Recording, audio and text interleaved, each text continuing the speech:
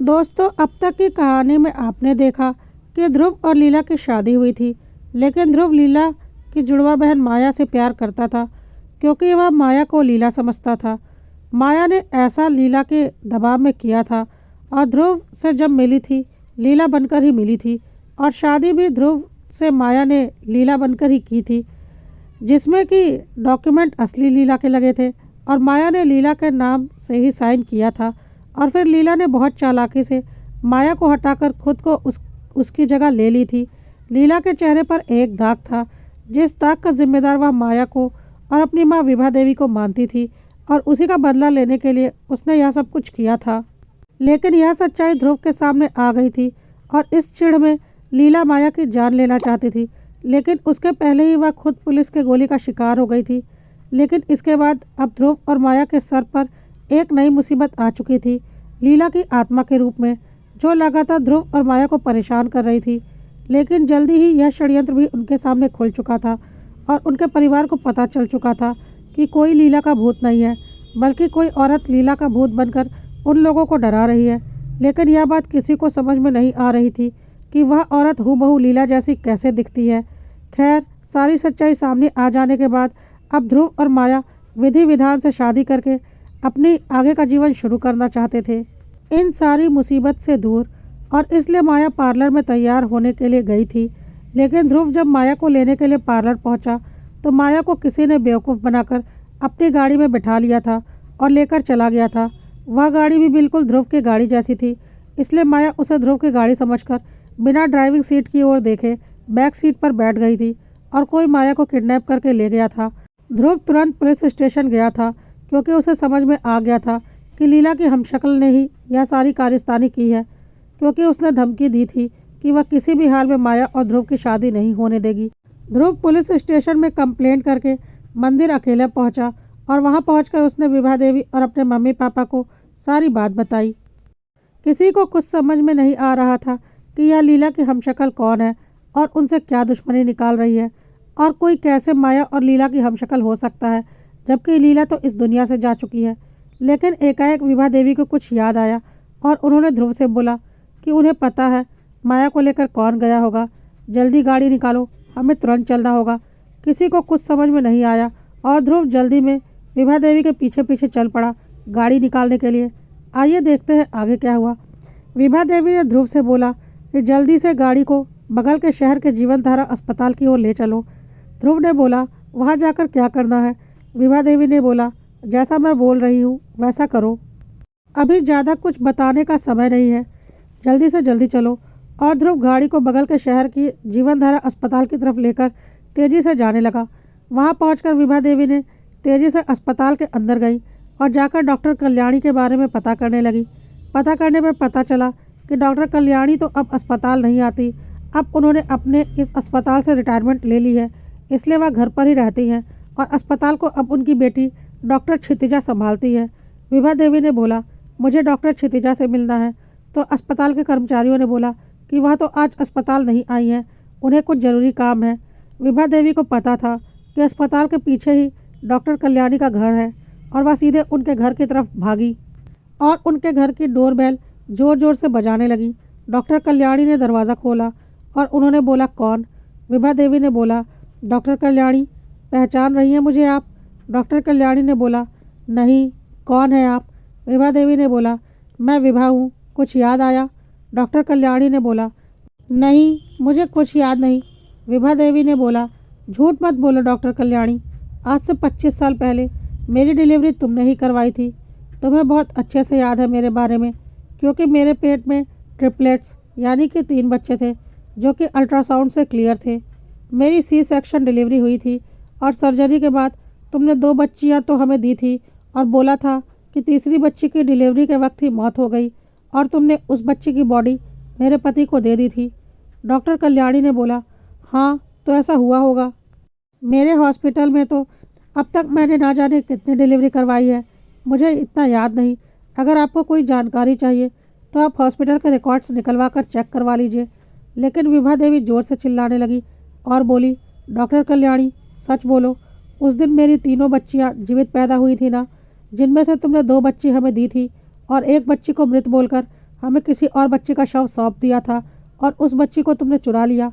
तभी इस दुनिया में एक शक्ल की 3 लड़कियां हैं, मेरी दोनों जुड़वा बेटियां माया और लीला, और उनकी एक हमशक्ल जो कि मेरी ही तीसरी बेटी है, जिसके बारे में आज तक मुझे भी पता नहीं।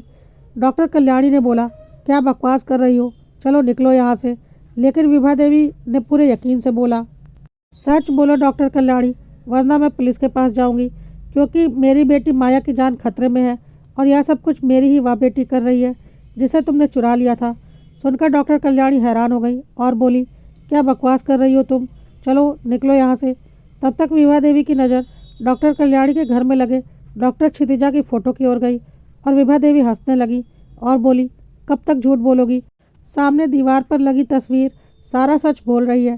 कहकर वह जबरदस्ती डॉक्टर कल्याणी के घर के अंदर घुस गई और उस तस्वीर को निकाल लिया और बोला, अब तो सारा सच बोल दो कि यह तुम्हारी बेटी डॉक्टर क्षितिजा नहीं है, बल्कि यह मेरी बेटी है जिसे तुमने झूठ बोलकर मुझसे चुरा लिया था। डॉक्टर कल्याणी अभी भी झूठ बोल रही थी। फिर विभा देवी ने बोला, डॉक्टर कल्याणी, आप एक डॉक्टर हैं और आपको बहुत अच्छे से पता है, ज़्यादा देर नहीं लगेगी यह साबित करने में कि क्षितिजा आपकी नहीं मेरी बेटी है। डॉक्टर कल्याणी अब विभा की बातों में फंस चुकी थी और उन्होंने मान लिया कि हाँ, क्षितिजा विभा देवी की बेटी है। विभा देवी ने बोला, बहुत बड़ा पाप किया है आपने, अब जल्दी बताइए क्षितिजा कहाँ है और वह माया को क्यों मारना चाहती है, जबकि वह तो बचपन से कभी भी लीला और माया से मिली भी नहीं थी। डॉक्टर कल्याणी को नहीं पता था कि क्षितिजा क्या कर रही है, इसलिए वह भी परेशान हो गई और बोली, यह सब बताने का वक्त नहीं है, जल्दी चलिए, पता नहीं यह क्षितिजा के ऊपर क्या जुनून सवार हो गया है। मुझे तो पता भी नहीं था कि वह क्या कुछ कर रही है। ज़रूर वह माया को लेकर मेरे फार्म हाउस पर गई होगी, क्योंकि जब भी वह बहुत परेशान होती है तो फार्म हाउस पर ही जाती है। और फिर जल्दी ही ध्रुव, विभा देवी और डॉक्टर कल्याणी फार्म हाउस की ओर चल पड़े। ध्रुव ने पुलिस को भी फ़ोन कर दिया था और फार्म हाउस का एड्रेस भेज दिया था, क्योंकि वहाँ कुछ भी हो सकता था। डॉक्टर क्षितिजा अपने होश में नहीं थी। फार्म हाउस पर डॉक्टर कल्याणी ने क्षितिजा को आवाज़ दी तो क्षितिजा ने दरवाज़ा खोला और बोला, अरे मम्मी, आप यहाँ क्या कर रही हो। लेकिन तब तक ध्रुव और विभा देवी भी सामने आ गए, जिन्हें देखकर डॉक्टर क्षितिजा घबरा गई और वह जल्दी से दरवाज़ा बंद करना चाहती थी। लेकिन ध्रुव ने उसे दरवाज़ा बंद नहीं करने दिया और विभा देवी और ध्रुव ज़बरदस्ती अंदर घुस गए और ज़ोर ज़ोर से माया माया चिल्लाते हुए चारों ओर माया को ढूंढने लगे। यह सब कुछ देखकर क्षितिजा एकाएक दौड़ती हुई एक कमरे की तरफ भागी और आज फिर दोबारा वही सीन ध्रुव और विभा देवी की आंखों के सामने था।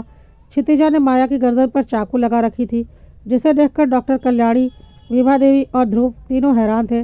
डॉक्टर कल्याणी क्षितिजा से बोल रही थी, बेटा, यह तुम क्या कर रही हो, क्यों माया को मारना चाहती हो, वह तुम्हारी बहन है, अभी कुछ दिन पहले ही तो तुम्हें सारी सच्चाई बता दी थी और तू तो इनसे कभी मिली भी नहीं, फिर तू क्यों माया को मारना चाहती है।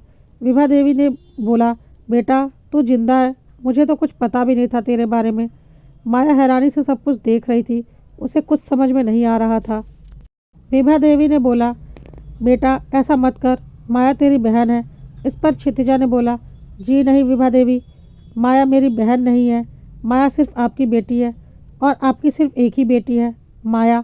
आपने ना कभी लीला से प्यार किया और ना ही कभी मुझे प्यार किया, सिर्फ और सिर्फ माया को प्यार किया है।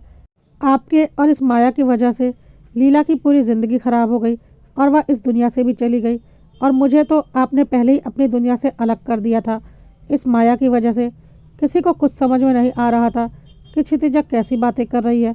और विभा देवी ने बोला, नहीं बेटा, मुझे तो पता भी नहीं था, ऑपरेशन के बाद मैं तो बेहोश ही थी और जब मैं होश में आई तो मुझे यही पता था कि मेरे 3 बच्चों में से एक बच्चे की मृत्यु डिलीवरी के वक्त हो चुकी है और 2 बच्चे तो मेरे पास ही थे, जिसमें से लीला 5 साल के बाद एक हादसे का शिकार हो गई थी। लेकिन क्षितिजा चिल्लाकर बोली, बकवास मत करो विभा देवी, मेरी मम्मी ने मुझे सब कुछ बताया है कि आपने एक साथ 3 बच्चों को जन्म दिया था और आप रो रही थी कि आप 3-3 बेटियों को नहीं पाल सकती, आपकी इतनी हैसियत नहीं है। मेरी मम्मी की कोई औलाद नहीं थी, आपने मेरी मम्मी से बोला था कि आप एक बेटी को अनाथ आश्रम में छोड़ देंगी, इसलिए मेरी मम्मी ने आपसे विनती की थी कि आप एक बेटी उन्हें दे दें, और आपने मुझे अपना बोझ समझकर डॉक्टर कल्याणी को दे दिया था। और फिर कुछ समय बाद शायद लीला भी आपको बोझ लगने लगी होगी, इसलिए लीला को भी आपने अपने रास्ते से हटाने की कोशिश की होगी, लेकिन वह बच गई। पर उसकी पूरी ज़िंदगी खराब हो गई, क्योंकि आपको शुरू से ही सिर्फ और सिर्फ अपनी एक ही बेटी माया से प्यार था। विभा देवी ने बोला, यह झूठ है, यह सब मनगढ़ंत बातें हैं, ऐसा कुछ नहीं हुआ था। और वह डॉक्टर कल्याणी की ओर देखकर बोली, यह क्या बकवास है। डॉक्टर कल्याणी ने बोला, बकवास नहीं है, तुमने ही तो रो रो कर मुझसे बोला था कि तुम 3-3 बेटियों को नहीं पाल सकती, और तुमने अपनी एक बेटी मुझे दे दी थी। विभा देवी ने बोला, यह झूठ बोल रही है, ऐसा कुछ नहीं हुआ था। तुम हॉस्पिटल के रिकॉर्ड चेक कर लो, मैंने 3 बेटियों को पैदा किया था। इनमें से एक बेटी की मौत हो गई थी और 2 बेटियां मेरे पास थी। इस पर डॉक्टर कल्याणी ने बोला, क्योंकि इसने ही मुझे ऐसा करने के लिए कहा था। विभा देवी जोर जोर से चिल्ला रही थी, डॉक्टर कल्याणी झूठ बोल रही है, ऐसा कुछ भी नहीं है। मुझे आज तक नहीं पता था कि मेरी तीसरी बेटी भी जिंदा है, इन्होंने उसे चुरा लिया है। अब डॉक्टर क्षितिजा ने बोला, कितना झूठ बोलोगी आप विभा देवी, अब तो सच बोल दो। आपको अपनी एक ही बेटी से प्यार है, बाकी की 2 बेटी आपके लिए हमेशा से बोझ थी, जिनमें से एक बेटी को आपने भगवान के पास भेज दिया और दूसरी बेटी को पैदा होते ही छोड़ दिया था। मुझे तो इन सब के बारे में कुछ भी नहीं पता था। मैं तो डॉक्टर कल्याणी को ही अपनी माँ समझती थी, लेकिन जिस दिन लीला की मौत हुई थी, पुलिस की गोली उसे लगी थी, उस दिन पेपर में मैंने यह न्यूज़ पढ़ी थी, और जब मैंने लीला और माया की फ़ोटो देखी तो मैं हैरान हो गई। लीला और माया मेरे जैसी दिखती थी, और इसलिए मैंने अपनी मम्मी से बोला कि ऐसा कैसे हो सकता है कि लीला और माया हूबहू मेरे जैसी दिखती हैं। वह दोनों तो जुड़वा बहन हैं, लेकिन मैं उनकी कौन हूँ? हम तीनों की शक्ल इतनी ज़्यादा कैसे मिलती है? मम्मी को पता था कि मैं भी डॉक्टर हूँ, और वह मुझसे ज़्यादा दिनों तक सच छुपा नहीं सकती।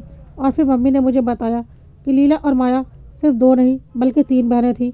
विभा देवी के गर्भ में ट्रिपलेट्स यानी कि 3 बच्चे थे, लेकिन उन्होंने अपने स्वार्थ में अपनी एक बेटी को उसी वक्त त्याग दिया था, और दूसरी बेटी की ज़िंदगी भी अपने स्वार्थ में ख़राब कर दी। तभी मैंने सोच लिया कि आपके जैसी स्वार्थी माँ को सबक ज़रूर सिखाऊंगी, जिसने मेरी एक बहन की जान ले ली और मुझे बचपन में ही त्याग दिया। अब मैं इस माया को भी आपसे दूर करके रहूंगी, ताकि आपको अपनी प्यारी बेटी से दूर होने का दर्द महसूस हो। आज मैं इस माया को जिंदा नहीं छोड़ूंगी और लीला की मौत का बदला लूंगी। विभा देवी चिल्ला रही थी, ऐसा मत करो, डॉक्टर कल्याणी झूठ बोल रही है, मैंने ऐसा कुछ नहीं किया था। मैंने तो आज ही जाना है कि तुम जिंदा हो। डॉक्टर कल्याणी अपना गुनाह छुपाने के लिए झूठ बोल रही हैं, लेकिन क्षितिजा कुछ भी सुनने को तैयार नहीं थी। डॉक्टर कल्याणी भी उसे समझा रही थी, बेटा तू मेरी बात सुन, जो हुआ वह छोड़ दे, उनके कर्म की सज़ा उन्हें भगवान देगा। मैं तुझे नहीं खो सकती, तू मेरे पास वापस आ जा। तू अपनी इस माँ को सज़ा देने के चक्कर में मुझसे दूर मत हो। बेटा तुझे मुझसे क्या शिकायत है, छोड़ दे माया को, खुश रहने दे इन दोनों माँ बेटी को, तू मेरे साथ खुश रह। लेकिन क्षितिजा बोल रही थी, नहीं मम्मी, इस विभा देवी को तो मैं इसके किए की सज़ा देकर रहूँगी। इसने इस माया के लिए लीला की जान ले ली, लीला का इंसाफ तो मैं करके रहूँगी। लेकिन डॉक्टर कल्याणी रोने लगी और बोलने लगी, बेटा ऐसा मत कर, वरना मेरा क्या होगा। ठीक है, तू विभा देवी से नफरत करती है, लेकिन मुझसे तो प्यार करती है ना। अपनी माँ के आंसुओं की कद्र कर, छोड़ दे माया को।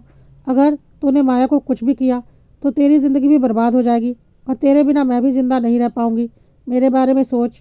और क्षितिजा पिघलने लगी और रोते हुए डॉक्टर कल्याणी के गले लग गई। तब तक पुलिस भी आ चुकी थी। माया अब क्षितिजा के चंगुल से छूट चुकी थी।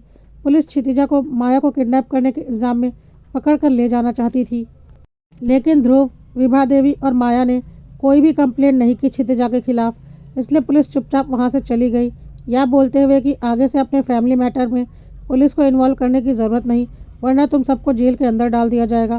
क्षितिजा नफरत भरी नज़रों से विभा देवी की ओर देख रही थी, और विभा देवी डॉक्टर कल्याणी की ओर देख रही थी कि शायद अब वह सच बोले। सब एक दूसरे के लिए आंखों में शिकायत लिए अपने अपने घर जा चुके थे। माया और ध्रुव की आज मंदिर में शादी हो गई, और माया ध्रुव की पत्नी बनकर हमेशा के लिए उसके घर चली गई। लेकिन एक बहुत बड़ा सवाल माया के मन में भी रह गया था कि क्या सच में विभा देवी ने बचपन में ही क्षितिजा को त्याग दिया, और क्या सच में विभा देवी लीला से प्यार नहीं करती थी? क्या लीला का लगाया एक एक इल्ज़ाम सच्चा था? विभा देवी को माया का यह सवाल कचोट रहा था, इसलिए उन्होंने माया से बोला, बेटा मेरी एक बेटी तो इस दुनिया से चली गई, मेरी दूसरी बेटी मुझसे नफरत करती है। अब तू भी मुझसे इस गलतफहमी की वजह से दूर मत हो जाना।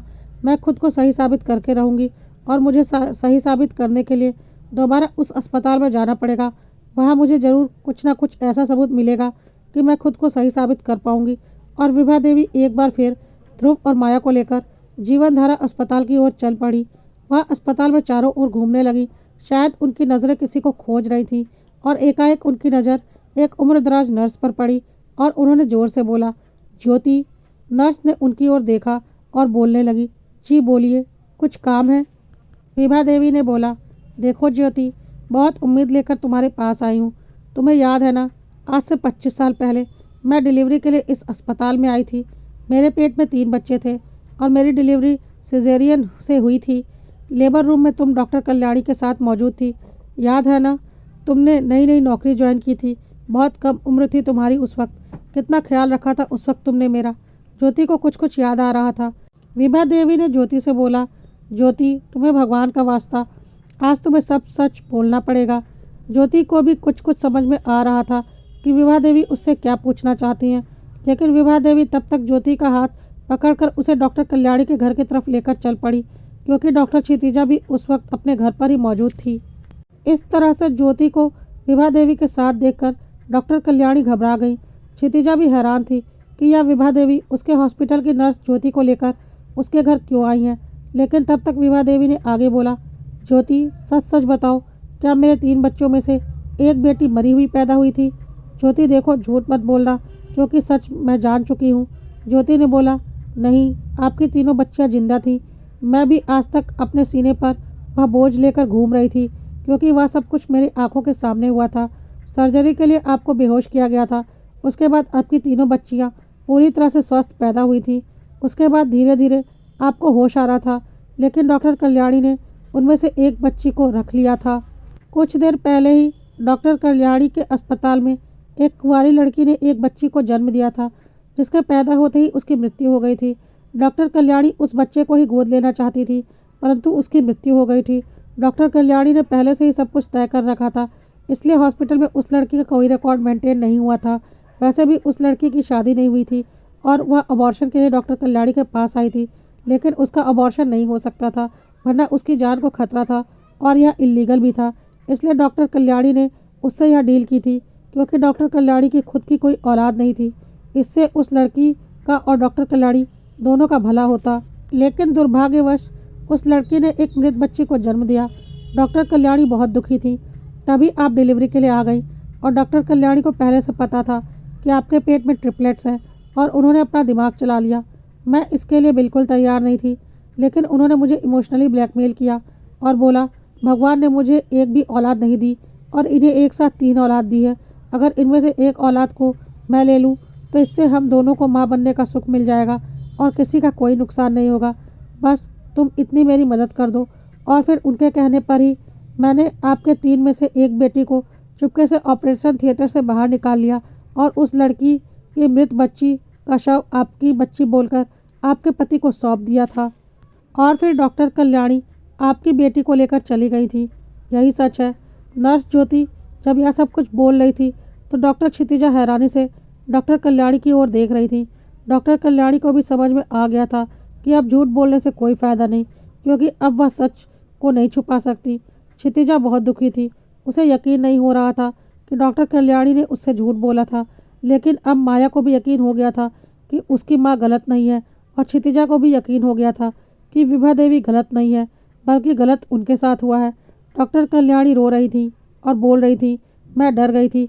25 साल बाद क्षितिजा के सामने यह राज खुल गया था कि क्षितिजा मेरी बेटी नहीं है और मुझे डर लग रहा था कि कहीं मेरी क्षितिजा मुझे छोड़कर चली ना जाए। इसलिए मैंने उससे झूठ बोल दिया था कि आपने 3 बेटियों के बोझ के डर से क्षितिजा को मुझे दे दिया था, लेकिन मुझे नहीं पता था उस बात को वह इस तरह से अपने दिल पर ले लेगी और इतना बड़ा कदम उठा लेगी। मुझे माफ़ कर दो, मुझे माफ़ कर दो। मेरी एक गलती की वजह से इतना सब कुछ हो गया। विभा देवी रो रही थी और बोल रही थी, आपकी गलती नहीं, मेरा नसीब ही ऐसा है कि मेरी खुद की कोख जनी औलाद मुझे हमेशा गलत ही समझती रही। एक बेटी मुझे गलत समझते समझते इस दुनिया से विदा हो गई और एक बेटी जिसके बारे में मुझे पता भी नहीं था, और जब पता चला तो वह भी मुझे पापी ही समझती थी। लेकिन अब सारी गलतफहमी दूर हो चुकी थी। विभा देवी ने बड़ा दिल दिखाते हुए कल्याणी को माफ़ कर दिया था, क्योंकि डॉक्टर कल्याणी ने क्षितिजा को बहुत अच्छी परवरिश दी थी और आज वह एक कामयाब डॉक्टर थी। क्षितिजा भी सारा सच जानकर विभा देवी और माया से माफ़ी मांग रही थी अपनी गलतियों के लिए, और वह भी समझ गई थी कि लीला के साथ जो कुछ भी हुआ उसमें विभा देवी और माया का कोई दोष नहीं था। सब कुछ एक बार फिर से ठीक हो चुका था और शायद अब विभा देवी के जीवन का संघर्ष भी समाप्त हो चुका था।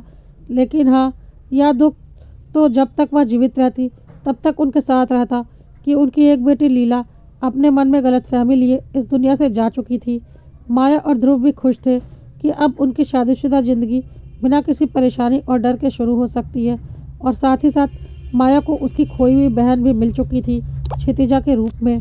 दोस्तों, क्या आपने सोचा था कि माया और लीला की एक और बहन क्षितिजा के रूप में सामने आएगी? कमेंट में ज़रूर लिखिएगा।